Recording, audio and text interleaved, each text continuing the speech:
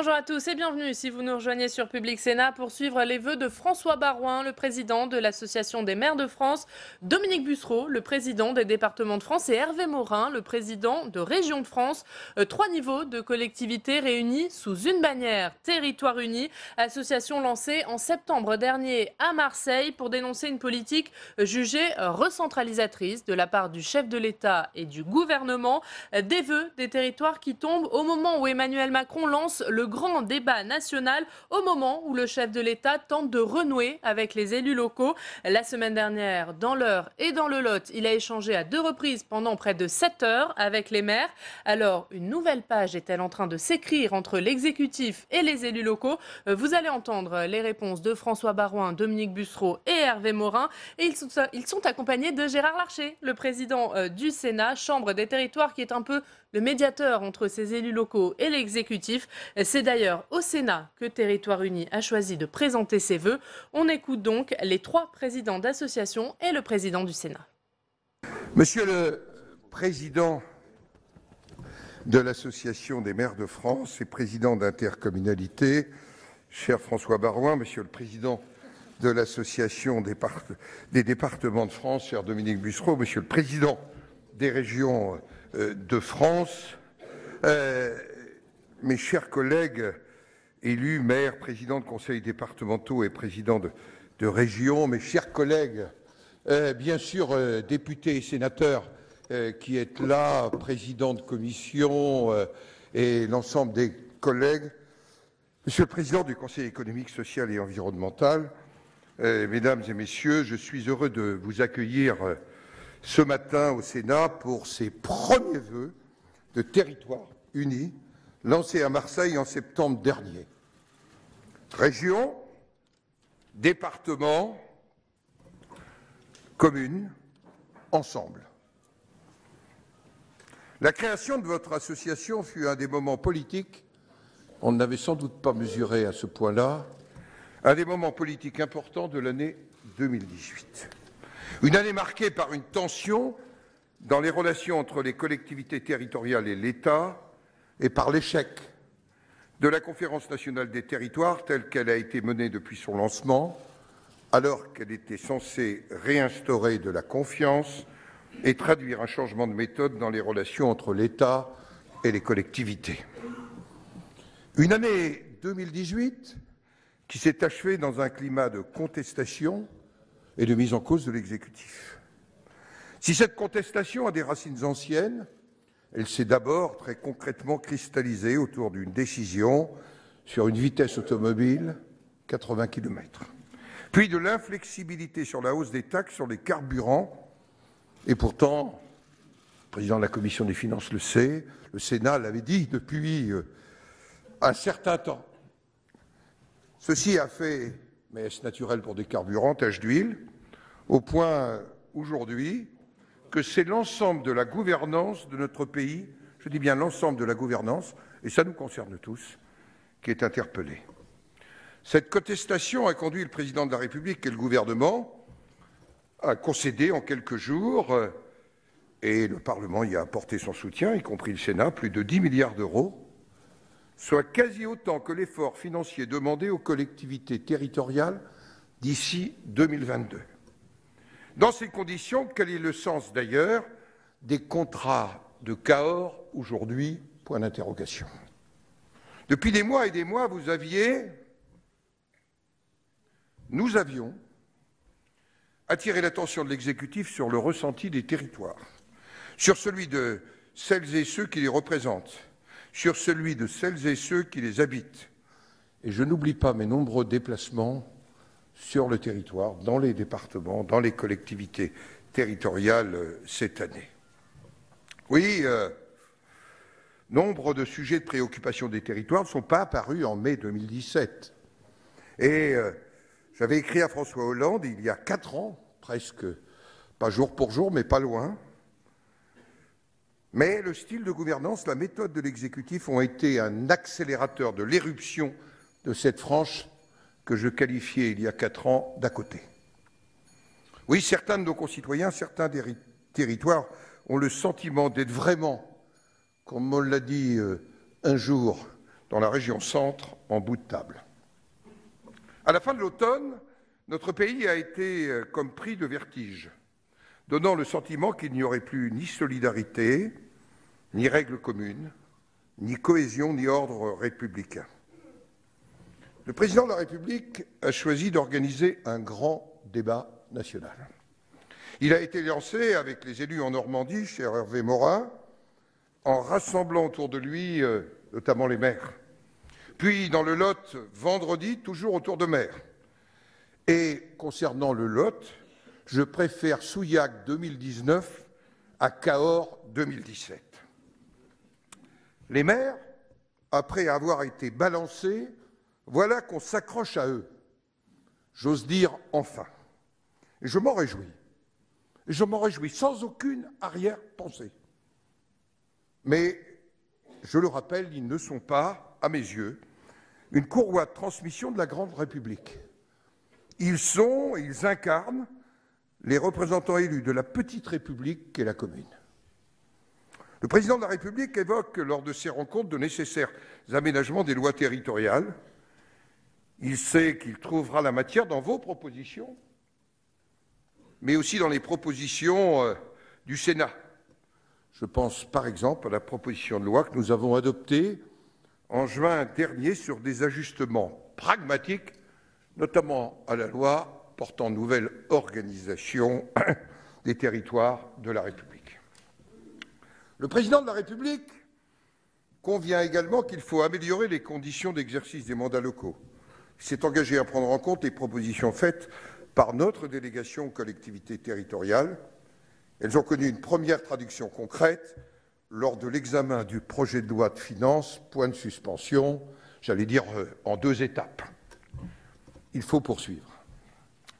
Mais en même temps, pour reprendre le principe initial du président de la République, et souffler le chaud et le froid, notamment dans sa lettre aux Français, quand il aborde la question de la suppression de niveau de collectivité, quand le questionnaire mis en ligne évoque l'idée d'une réduction du nombre d'élus. Le président de la République l'avait d'ailleurs déjà exprimé lors de la première conférence nationale des territoires en juillet 2017, puisque vous ne voyez pas de mon texte, 3 points de suspension. Est-ce que réduire le nombre d'élus, c'est le sujet aujourd'hui? Point d'interrogation. Je crois plus que jamais à l'importance de la trame des plus de 500 000 élus locaux territoriaux de notre pays pour la cohésion sociale et pour la cohésion de la République. C'est elle, aujourd'hui, cette trame, qui tient la République, c'est elle qui est appelée au secours. Et je peux le mesurer partout. Les élus locaux sont très profondément républicains. Je crois à l'importance de la démocratie représentative, dont les conseillers municipaux sont le premier étage qui mène jusqu'au président de la République en passant par les conseillers départementaux, les conseillers régionaux et les parlementaires. Le président de la République se pose lui-même désormais la question du bien fondé, il me l'a dit, de l'exercice conjoint d'une fonction exécutive locale et parlementaire, il l'a évoqué en public. Je veux redire ce matin que l'instauration du non-cumul de mandats a sans doute été une fausse bonne idée. Elle porte en germe le risque de déconnexion entre Parlement et territoire, et donc les citoyens, parce que les territoires, c'est d'abord le premier niveau d'expression et de représentation des citoyens. Je ne doute pas que nous en reparlerons. Avant de vouloir tirer au sort des citoyens pour les associer à la décision publique, ne faudrait-il pas d'abord faire le serment de la confiance avec les élus des territoires? Eux, les élus des territoires, n'ont pas attendu janvier 2019 pour associer les citoyens à la décision publique. Je pense bien sûr à l'exercice que j'ai eu aussi de conseils de quartier, au conseil de développement, plateformes participatives mises en place par un certain nombre de départements et de régions. Et je voudrais dire simplement que l'État ne peut faire guère la leçon de la démocratie participative. Le président du conseil départemental de Loire-Atlantique en a sûrement un souvenir extrêmement précis. Est-ce que supprimer des niveaux de collectivité, c'est le sujet aujourd'hui? Le sujet de fond, c'est l'exercice des compétences de la manière la plus efficace et la plus proche des citoyens. C'est l'enjeu de la subsidiarité, qui n'est pas un gros mot, et qui n'est pas un mot techno quand on le décline concrètement. Je me réjouis donc que le président de la République envisage désormais de reprendre à son compte les ajustements pragmatiques que nous avons proposés et que j'évoquais il y a un instant. Ici, nous y travaillons depuis 2 années.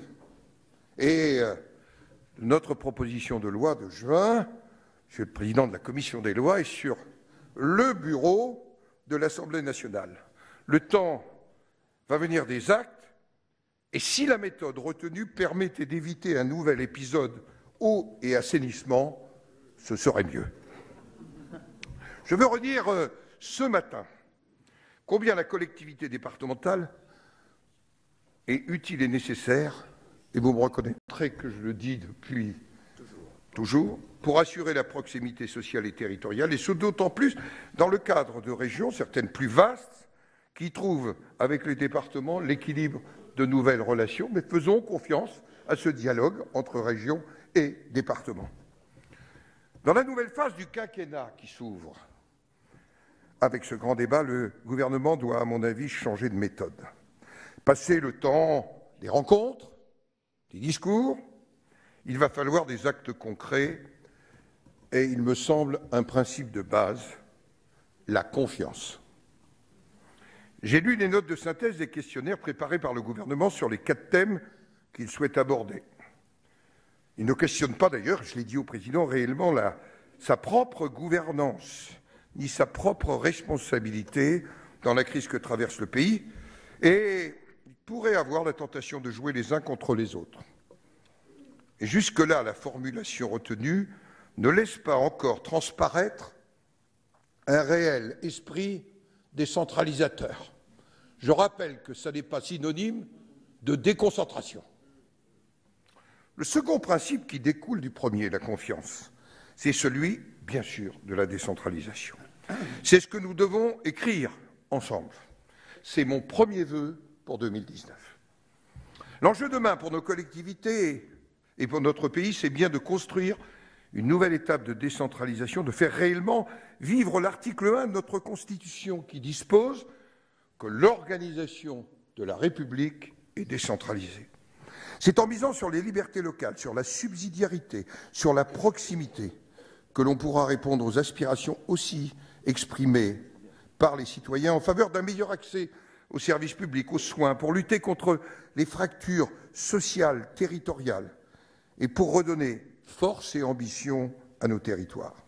Nous avons besoin de cette nouvelle étape de décentralisation, fondée sur les libertés locales, sur le respect et la reconnaissance des élus, sur cette proximité, cette responsabilité, sur la différenciation, sur l'expérimentation dans le respect de l'unité de la République et enfin sur l'autonomie financière et fiscale.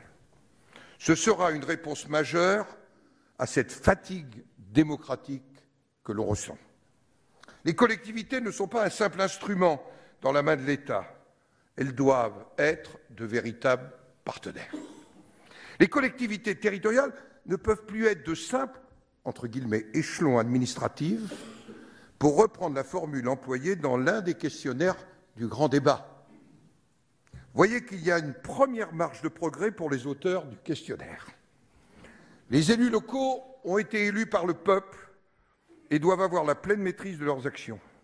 Il ne s'agit pas de savoir s'il faut seulement leur, et je cite, transférer des compétences. Il s'agit de libérer les collectivités territoriales. Cette nouvelle génération de la décentralisation doit donc être celle d'une mutation, celle consistant à reconnaître que les élus locaux de la République sont des majeurs capables. Vous y travaillez, je le sais, et ça ne me pose nul problème. À moi, le gaulliste, il n'y a pas antinomie avec le caractère indivisible de la République. Je vous le dis avec ce que je ressens au plus profond de moi-même. Votre démarche commune est essentielle. Je crois qu'ici au Sénat, dans la diversité de nos sensibilités, nous y travaillerons aussi. Nous la soutiendrons.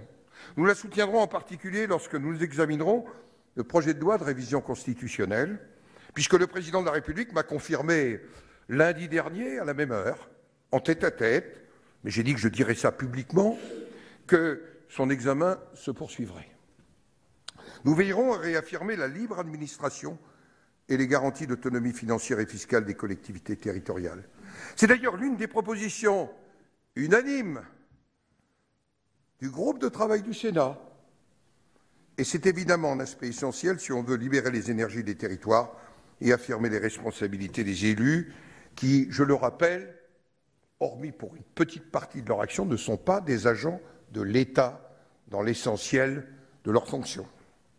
Ce sera un point de vigilance constitutionnelle, mais aussi lors de l'examen du projet de loi de réforme de la fiscalité locale, promis par l'exécutif, et dont l'horizon semble un peu s'éloigner d'une vision printanière. Nous veillerons à garantir une juste représentation des territoires au Parlement, je le dis aussi clairement, qui existe entre collectivités départementales, collectivités à statut spécifique. Quand je parle de collectivités départementales, je parle bien sûr de départements et le Parlement. La force des régions, la cohésion des départements, la proximité du quotidien des communes peuvent ensemble porter cette ambition quasi révolutionnaire, et je ne fais pas du Jean-Luc Mélenchon. Le Sénat sera à vos côtés, il le fera avec enthousiasme et pragmatisme, avec le souci constant d'être à l'écoute des territoires et des citoyens, car le territoire, c'est d'abord le lieu, le cadre, l'assise de la vie des hommes et des femmes qui y vivent. Votre union, mes chers collègues, messieurs les présidents, est essentielle, et je m'adresse, quelle que soit la sensibilité qui est la vôtre, au-delà même de chaque niveau de collectivité que vous représentez. Permettez-moi de vous présenter mon second vœu.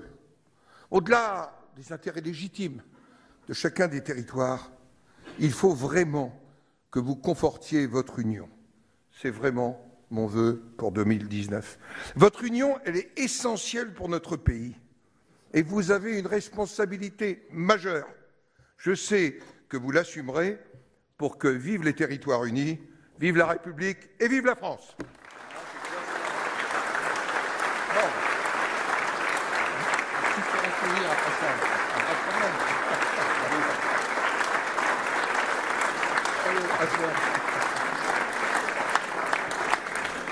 Voilà. Après l'intervention du président du Sénat, je repense à la formule de notre ami Renaud Muselier. Il a tout dit, je vais dire le reste. Merci, Monsieur le Président du Sénat, de cet accueil. Merci à chacune et chacun d'entre vous d'être venus. Merci au Président, cher Patrick, du Conseil économique et social et environnemental. Et très bonne année à chacune et chacun d'entre vous dans le cadre de vos activités professionnelles, de vos mandats et de votre vie, bien sûr, personnelle et familiale. Pardonnez-moi, j'ai un limbago, donc je penche à droite, mais enfin certains s'en doutaient déjà. François elle-même, mais lui, il penche à gauche, plus rare, ça permet à Hervé Morin de rester centriste. Donc tout est parfait. Nous illustrons bien, Monsieur le Président, ce que vous souhaitez, ce que tu souhaites, à savoir des territoires unis, et c'est la première fois d'ailleurs que l'Association des maires de France, les départements de France, les régions de France présentent ensemble leurs vœux. Ils le font dans la maison des collectivités territoriales qu'est le Sénat et auprès d'un président du Sénat avec tous ses collègues qui, tout au long des mois qui se sont écoulés, nous ont soutenus, nous ont appuyés et ont même, cher Philippe Bas, voté des propositions de loi et préparé très utiles par les moments que nous allons vivre en 2019.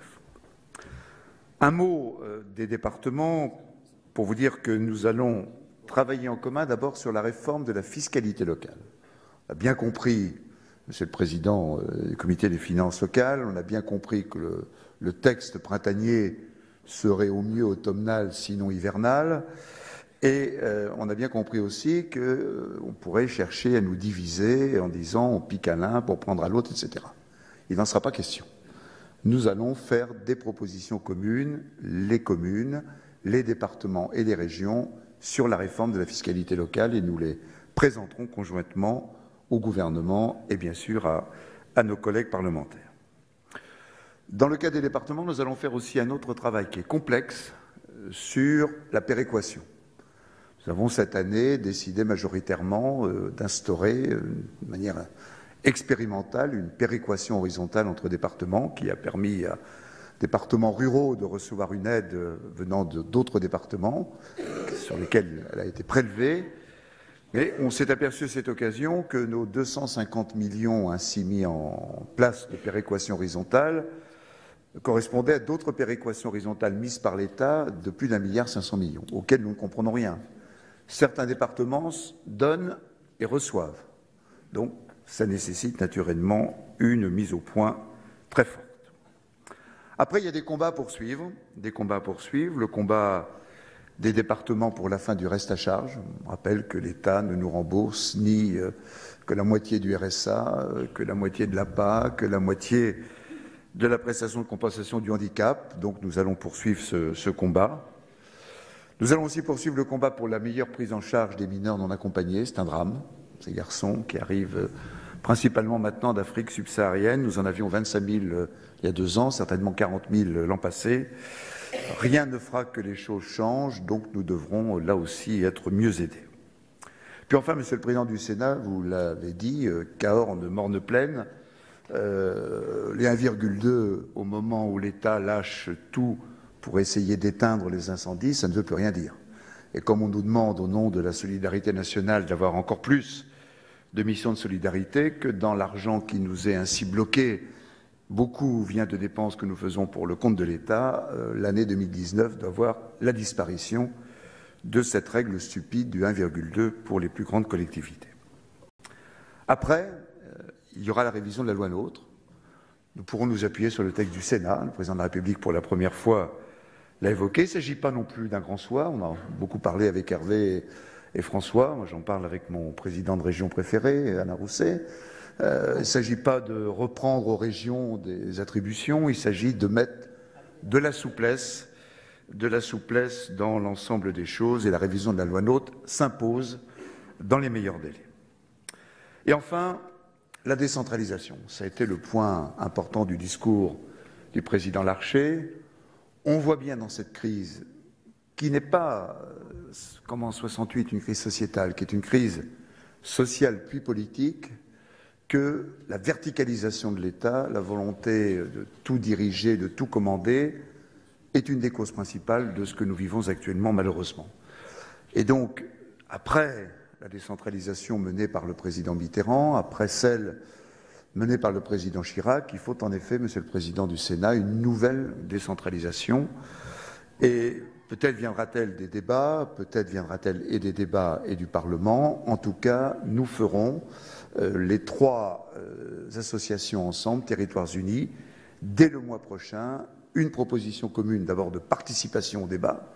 Nous évoquerons d'autres sujets que nos sujets de collectivité locale, mais également une proposition forte tous ensemble pour une nouvelle phase de décentralisation qui est certainement une des meilleures manières de répondre à la crise que nous vivons.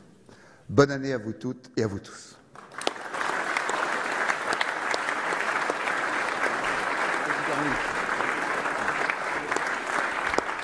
Bien, mesdames et messieurs, mon cher Gérard, merci de nous accueillir dans le salon Beaufrand. S'il y a autant de monde, c'est probablement grâce à toi. Et permets-moi de te souhaiter tout d'abord, au nom des présidents de région et je pense de tous les élus qui sont ici, une très belle année parce qu'on aura besoin de toi cette année. Comme on a eu besoin de toi en 2018, je le dis à chaque fois que nous avons l'occasion de faire quelque chose ensemble, nous te devons beaucoup dans la défense des libertés locales, dans la défense de l'organisation des pouvoirs publics que nous souhaitons. Et j'en profite pour dire que celles et ceux qui trouvent bien malin d'évoquer, moi qui ai été député pendant près de 20 ans, l'idée qu'il faudrait éventuellement mettre la question du Sénat au centre de l'existence du Sénat, au centre des débats institutionnels, que c'est bien là une très mauvaise idée. C'est une mauvaise idée parce que nous avons besoin du bicaméralisme, nous avons besoin, face à l'emballement de nos compatriotes, d'une institution qui soit capable de réfléchir, de peser les choses, de construire cet échange au sein de la nation Et toutes celles et tous ceux qui voudraient remettre en cause le bien fondé de cette organisation institutionnelle se tromperaient de débat, car la question n'est pas celle-là. La question qui se pose pour nous, c'est celle de la démocratie, de l'organisation démocratique, et certainement pas de considérer qu'il y aurait un bouc émissaire dans cette histoire assez facile, qui serait de supprimer une des deux chambres du Parlement. Et donc, mon cher Gérard, merci encore 1000 fois pour l'expression politique qui est la tienne, l'expression bien nécessaire dans les échanges démocratiques que nous avons. Donc, bonne année à toi, continue à avoir autant d'énergie, nous en avons besoin, et à chaque fois qu'il sera nécessaire, n'hésite pas à venir te ressourcer dans la meilleure des régions françaises qui est la Normandie. Mesdames et messieurs, quelques mots complémentaires simplement pour vous dire que, avec François Baron et Dominique Bussereau, nous avons eu une formidable idée lorsque nous avons décidé de créer Territoires Unis. Nous n'imaginions pas, en effet, Gérard, probablement, à quel point le rassemblement des 3 échelons de collectivités était une force importante pour nous faire enfin entendre. Enfin entendre. Et je voudrais simplement évoquer la question démocratique qui est apparue à la fois dans les échanges que nous avions, nous, depuis plusieurs mois avec le gouvernement, mais qui est apparue à travers la question des Gilets jaunes. En réalité, si on veut bien résumer les choses, la question des Gilets jaunes, elle est d'abord celle d'un pouvoir qui a oublié la passion égalitaire de nos compatriotes et qui s'est exprimé simplement en ne parlant qu'à la France de la mondialisation heureuse et de la France métropolitaine. En clair, si vous avez une politique unijambiste en France qui simplement s'adresse à ceux qui réussissent, vous oubliez un des fondements même de la société française qui est notre passion pour l'égalité. Et c'est cela qui est la cause principale et majeure qui a amené ensuite le mouvement des Gilets jaunes. Et après, et à partir du mouvement des Gilets jaunes, en effet, on évoque tous cette triple fracture qui est la fracture démocratique, la fracture sociale et la fracture territoriale. Mais je voudrais simplement insister sur la fracture démocratique. Insister parce que, en quelque sorte, quand à la fois François Baron et Dominique Bussereau n'arrivaient pas à se faire entendre, comme nous n'arrivions pas à nous faire entendre depuis le début de ce quinquennat, nous ne faisions qu'exprimer avec nos mots, à notre façon, avec probablement beaucoup d'incompréhension, ce que, au bout du compte, nos compatriotes ressentaient au fond d'eux-mêmes, c'est-à-dire une verticalisation et une concentration des pouvoirs dans les mains d'un homme et d'un bureau qui n'avaient jamais connu une telle expression.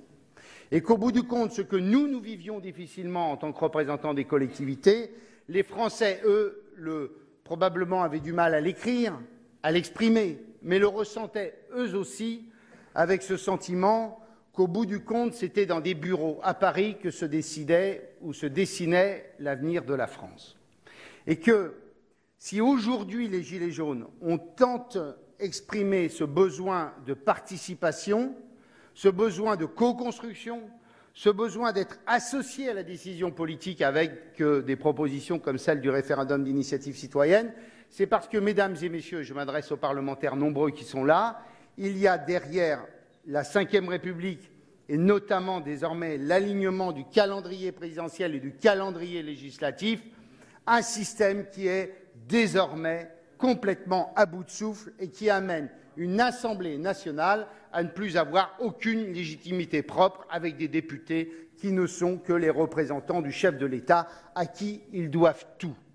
Et donc le premier exercice auquel on doit se livrer, ça n'est pas certainement de se poser la question de la fusion du Conseil économique et social avec le Sénat ou la remise en cause du bicaméralisme. La première question qu'il faut se poser et qui est entière, c'est celle de redonner au Parlement et à l'Assemblée nationale sa légitimité démocratique propre, c'est-à-dire sur un rythme démocratique différent de celui de l'élection présidentielle, sinon nous aboutirons, quel que soit le quinquennat, à un schéma dans lequel, nécessairement, l'Assemblée nationale perd toute capacité à représenter nos compatriotes autrement que par cet acte cathartique dont on pourrait d'ailleurs sur lequel on pourrait d'ailleurs beaucoup s'interroger, qui est l'élection du président de la République au suffrage universel, mais je ne poserai pas cette question devant Gérard Larcher, même si elle mérite de se poser parce que l'idée qu'il y aurait, mon cher Gérard, un homme providentiel capable de tout régler nous amène immédiatement et systématiquement à la même déception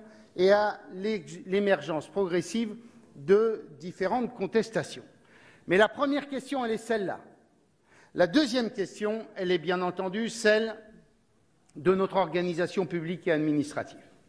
Et à cela, la respiration démocratique, elle passe, et nous le disons depuis 18 mois, elle passe par l'existence d'une décentralisation et de liberté locale affirmée.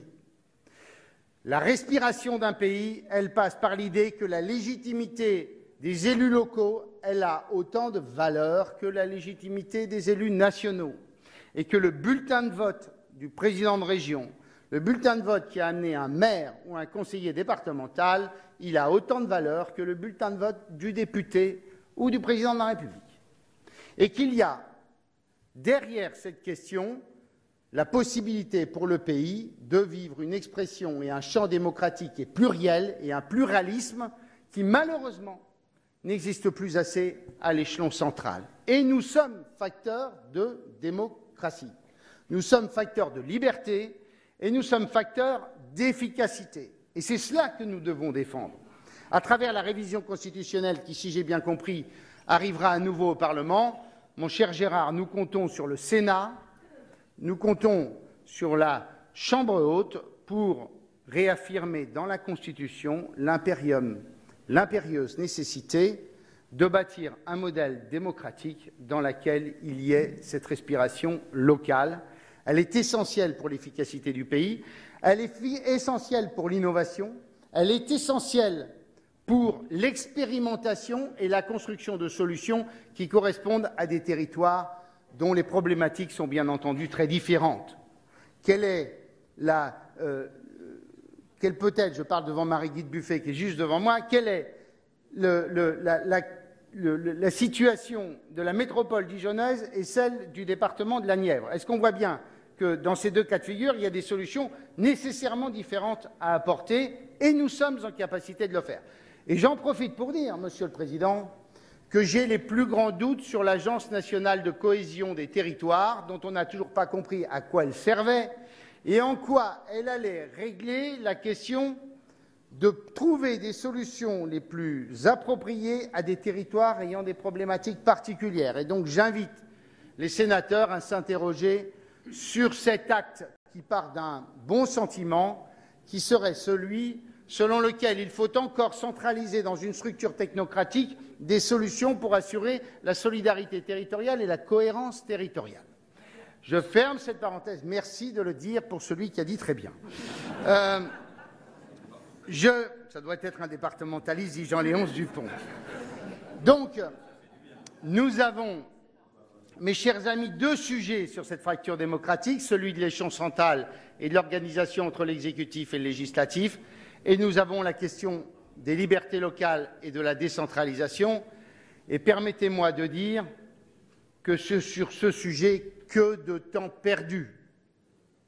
Il a fallu Territoires Unis, il a fallu la colère des maires, il a fallu l'absence de dialogue entre les régions, les départements et l'exécutif pour qu'enfin on prenne en compte cette question.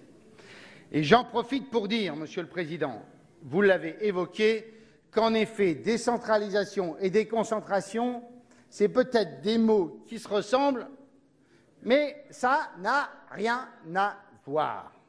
Et quand j'entends le chef de l'État, dans l'heure, mon cher Philippe, expliquer qu'il allait à nouveau porter la déconcentration, on se met le doigt dans l'œil. Pourquoi? Parce que le jour où l'administration centrale acceptera de renvoyer des fonctionnaires sur les territoires, ce n'est pas demain la veille.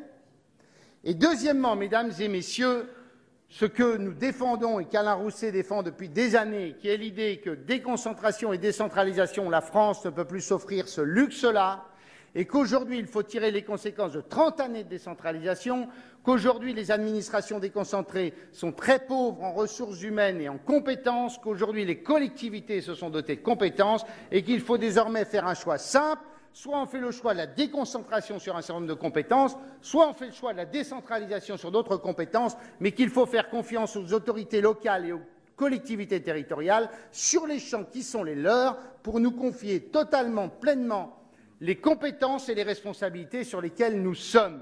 On ne peut pas continuer, par exemple, à gérer les crédits européens comme nous les gérons, parce qu'au bout du compte, ça crée l'inefficacité, l'incompréhension et des coûts absolument gigantesques. Et donc, Monsieur le Président, vous aurez aussi à défendre cette cause dans le cadre de la révision constitutionnelle. Ça va vous donner du boulot, tout cela. Dernier point, et j'en ai terminé. Je dis par ailleurs que sur la fracture territoriale, j'imagine que François l'évoquera, il y a, à mon sens, deux impériums.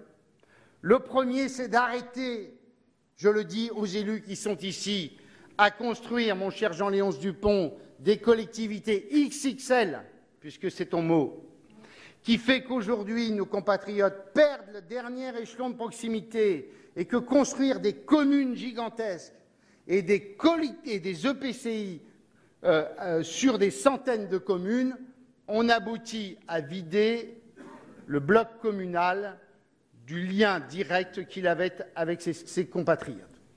Et la deuxième chose que je voudrais dire, c'est que si l'État voulait faire un geste sur la fracture territoriale, il cesserait de supprimer des services publics de proximité comme il continue à le faire matin, midi et soir. Ce serait un geste que nos compatriotes des zones rurales entendraient et comprendraient immédiatement. Et je termine sur un dernier point qui est la fracture sociale. Au-delà de solutions que nous aurons à bâtir ensemble, puisque nous avons les uns et les autres des compétences sur le champ qui sera évoqué par l'État, il appartient, à mon sens, je l'ai dit encore au Premier ministre la semaine dernière, je l'ai dit au Président de la République il y a 15 jours ou il y a 3 semaines, nous aurons besoin d'une conférence territoriale et sociale nationale parce que nous aurons besoin de mettre autour de la table l'ensemble des corps intermédiaires qui ont pourtant été si peu calculés depuis 18 mois. Nous aurons besoin de mettre autour de la table les corps intermédiaires pour 2 raisons. La première, pour dire à nos compatriotes qu'ils ont leur place dans l'organisation sociale du pays. Et deuxièmement, parce que face à la foultitude des propositions qui seront effectuées, il faudra bien qu'il y ait un corps capable de faire le filtre, la hiérarchisation et la construction de solutions face à des propositions dont le caractère contradictoire sera absolument gigantesque. Et donc nous appelons à une conférence territoriale et sociale qui, dès le mois de février, soit en capacité de commencer à appréhender l'ensemble des solutions qui arriveront du terrain. Et en conclusion, mon cher Gérard, je voudrais te dire une seule chose, c'est que tu ne crains rien, nous sommes unis comme tu ne l'imagines pas, parce que le pouvoir nous a donné cette chance extraordinaire, c'est de nous rendre compte qu'au bout du compte, notre cohésion et notre unité étaient la première de nos forces. Et donc, Région de France, Département de France et Maire de France, nous resterons unis face à un idéal que nous partageons, qui est celui des libertés. Je vous remercie.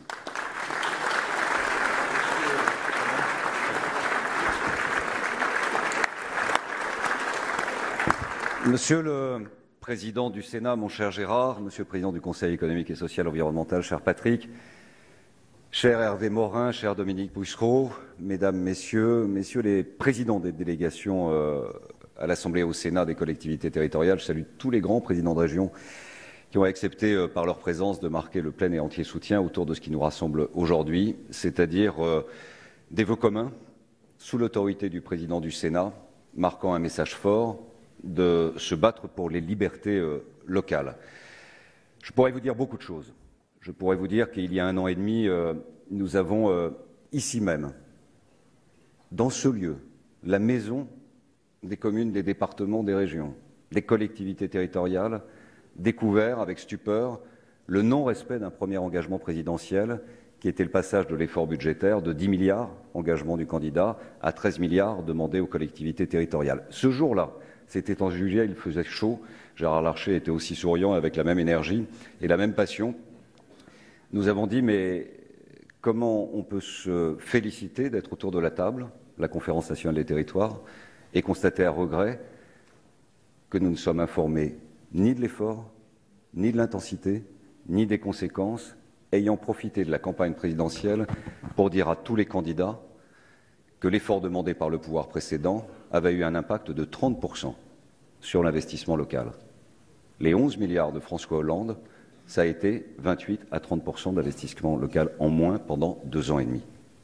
Et je le dis d'ailleurs tout de go, la position de l'AMF depuis un siècle a toujours été une position de liberté, indépendante, rassemblant toutes les sensibilités politiques et toutes les communes de France.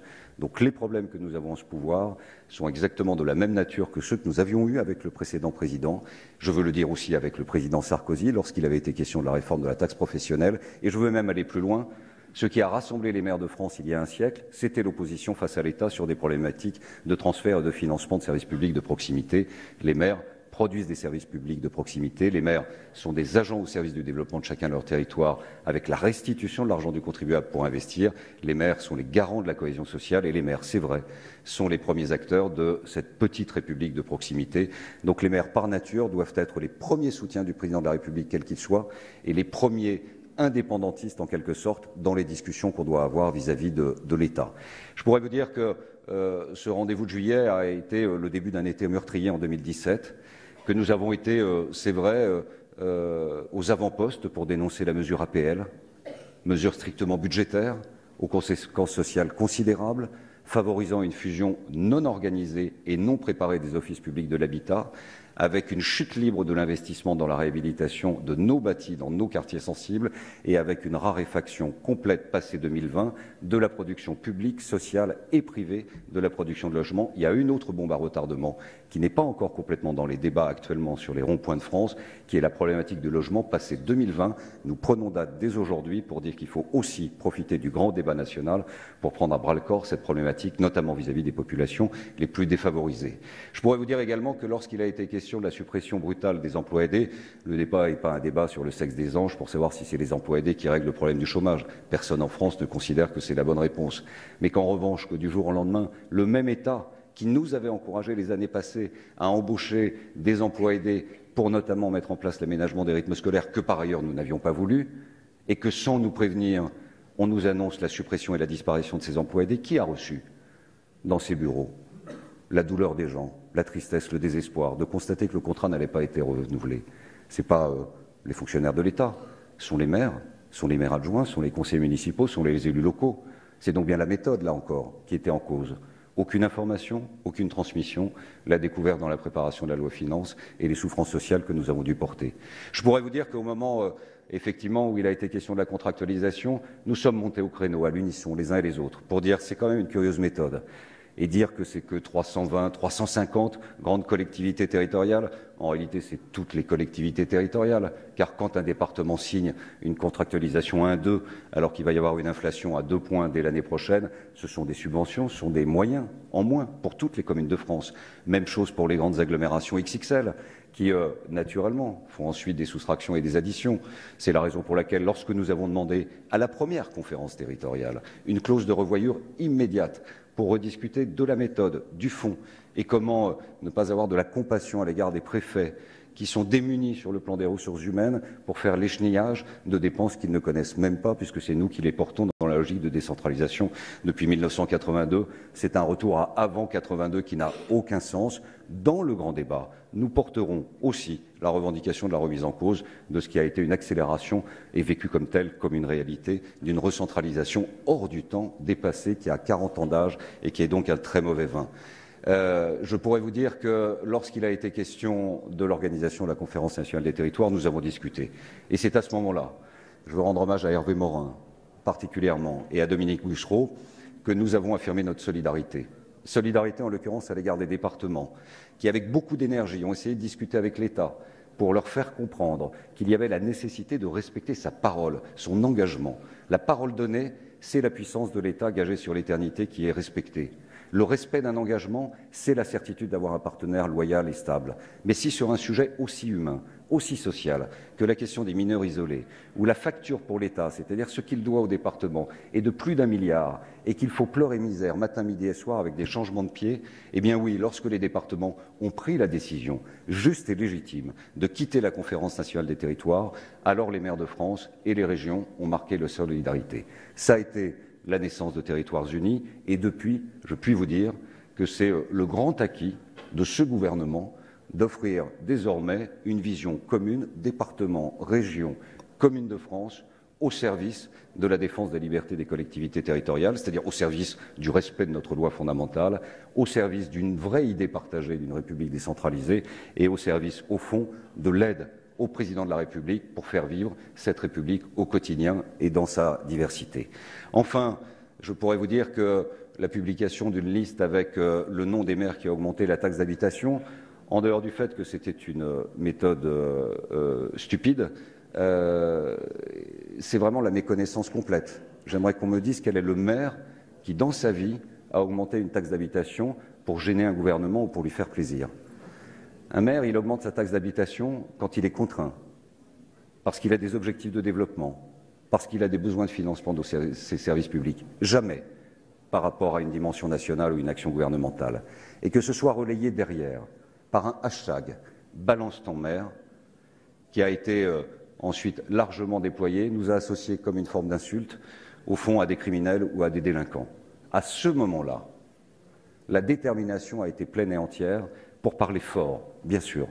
Mais si nous n'avions pas parlé fort, est-ce qu'aujourd'hui les maires seraient à l'honneur dans l'échange dont on ne peut que se féliciter, qui est juste une normalisation des relations entre le président de la République que nous soutenons, car il est le garant de l'essentiel pour la tenue de la République au quotidien, et les maires qui sont les fantassins de la République, justement de ce quotidien.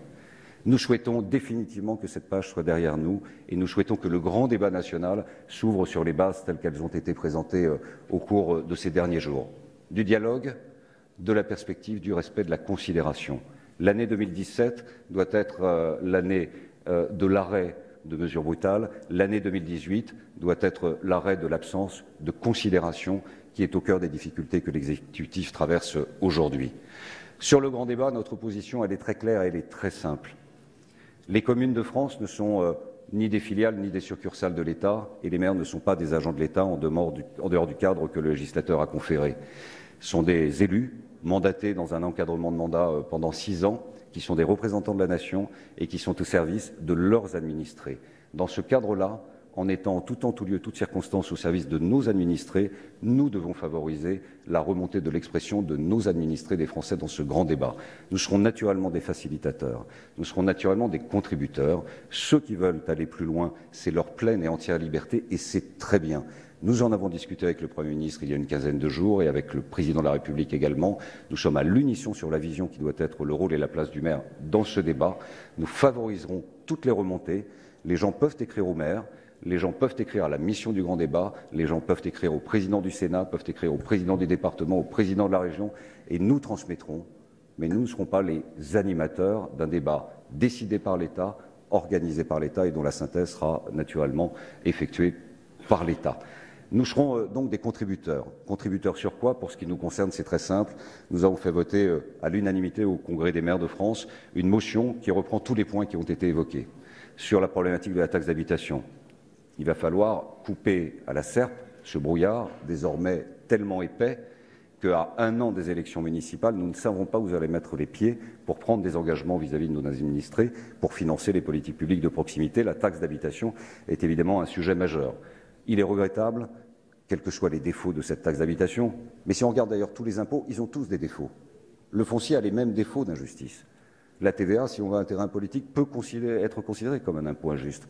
L'impôt sur le revenu, quand vous savez que vous avez 500 000 personnes qui représentent 43% des recettes de l'impôt sur le revenu, on peut considérer qu'il y a une forme d'injustice. Tous les impôts ont une forme d'injustice et donc à la fin des fins, c'est l'effort contributif qui, lui, doit être mis à la lumière de ce que l'on appelle la justice fiscale et la justice sociale.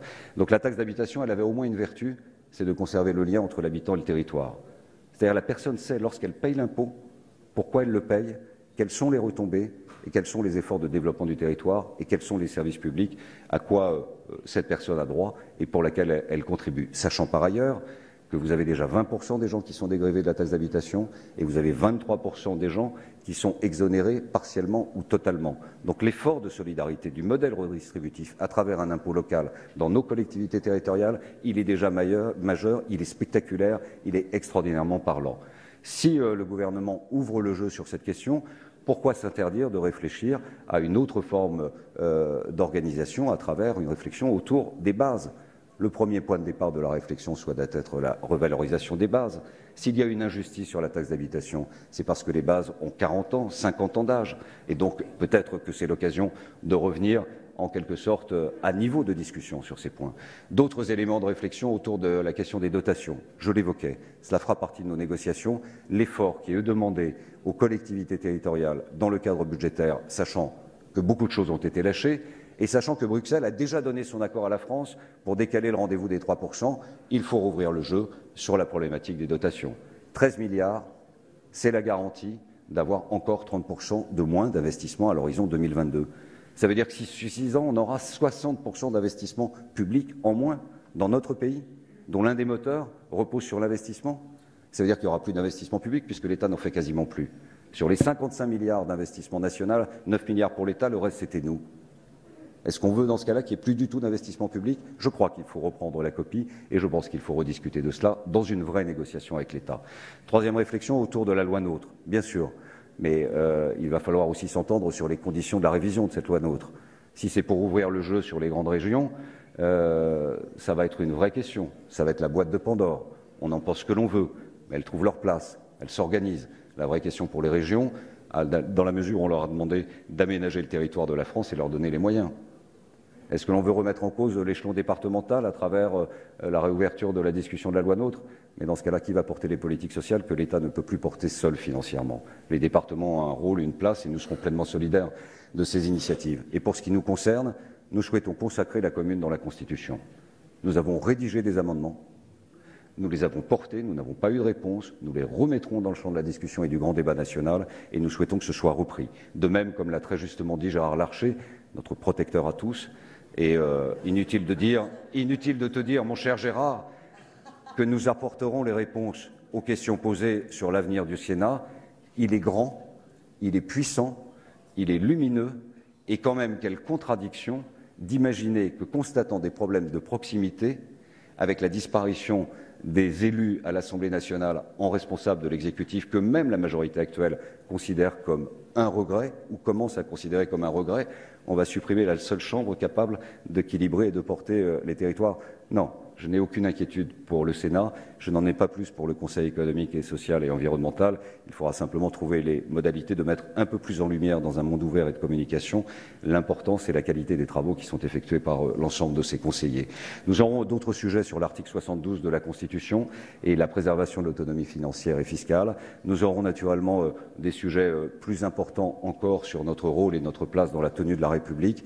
Nous sommes des profonds et des immenses républicains. Nous souhaitons le rétablissement de l'ordre et nous sommes aux côtés de l'État pour le rétablissement de l'ordre républicain. Je rappelle que les maires, c'est la tranquillité du voisinage. L'ordre public, c'est une mission régalienne, que nous travaillons ensemble pour le rétablissement de l'ordre, favorisant la discussion, le dialogue et les échanges. Ça va évidemment dans le sens de la mission de celui d'un maire au quotidien. Et nous serons naturellement à l'issue de ce débat en situation de proposition. Je pense, comme Hervé Morin, Dominique Bussereau et Gérard Larcher, que la méthode retenue par le Président de la République de ce grand débat peut être une grande chance de mettre sur la table les difficultés du moment et peut-être additionner au cours de ces dernières décennies. Je pense que le calendrier tel qu'il est proposé à l'horizon mars de cette année, autour du 15, est un encadrement suffisamment large pour permettre à chacun de s'exprimer, suffisamment étroit pour éviter trop de dérapages. Je pense qu'il manque en revanche l'objectif. Et l'objectif, il faut l'écrire tout de suite. Je souhaite que l'État dise très vite la forme que prendra pas simplement la synthèse ou les modalités de synthèse, mais les conclusions. Bien sûr qu'une conférence sociale est indispensable. Évidemment qu'une conférence territoriale pour aborder ce que Gérard Larcher nomme à juste titre la nouvelle génération de la décentralisation, ou ce que nous portons, nous, Dominique, Hervé et moi-même, c'est-à-dire les représentants modestes mais déterminés de l'ensemble des territoires de France, l'acte 3 de la décentralisation doit être écrit comme un élément de perspective pour discuter de la refonte de notre loi fondamentale, du cadre des lois organiques qui fixeront justement ces perspectives et cette qualité de travail, et d'être naturellement rassurés sur l'avenir du Sénat, puisque c'est un trépied sur lequel nous marcherons. Conférence sociale pour les problématiques fiscalité, pouvoir d'achat, modèle de solidarité. C'est quand même un pays qui a le plus fort taux de dépenses publiques et le plus fort taux de prélèvements obligatoires, qui est le modèle le plus redistributeur, qui a 9 millions de pauvres, et c'est la révolte. Il y a quand même un problème de modèle sur lequel, naturellement, les corps intermédiaires auront à éclairer le chemin des gouvernants pour permettre de trouver le rééquilibrage. Et pour ce qui nous concerne, c'est naturellement une révolution culturelle qui est proposée. Et c'est pour ça que nous sommes unis et nous le serons pour toujours. Parce que c'est une révolution culturelle qu'il faut proposer. Parce que l'État n'a jamais accepté, y compris dans les gouvernements auxquels nous avons participé les uns et les autres, culturellement, dans la haute administration, le principe même de la décentralisation. Et qu'on ne parle pas le même langage, qu'on n'ouvre pas le même dictionnaire et qu'on n'a pas eu forcément les mêmes lectures par le passé, et que ça nous inscrit forcément dans une perspective d'expression puissante pour libérer les énergies. Je ne pense pas que l'État puisse continuer à offrir son impuissance matin, midi et soir sur l'ensemble des politiques publiques qui concernent le quotidien des Français.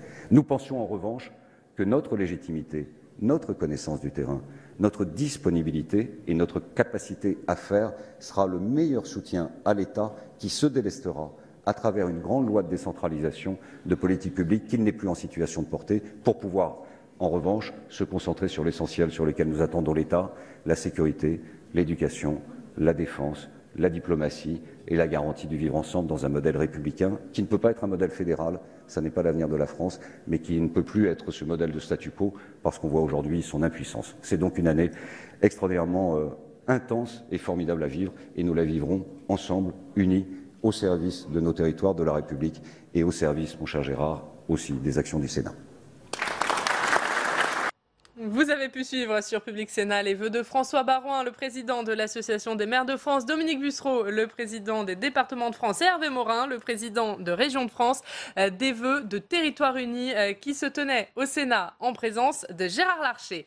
La journée événement se poursuit sur notre antenne à 14 h. Vous pourrez suivre en direct et en intégralité l'audition d'Alexandre Benalla par la commission d'enquête sénatoriale, édition spéciale dès 13h30 avec Delphine Girard, et puis à 19h, Philippe Bas, le président de cette commission d'enquête sénatoriale, sera l'invité de Michel Grossior dans Audition publique.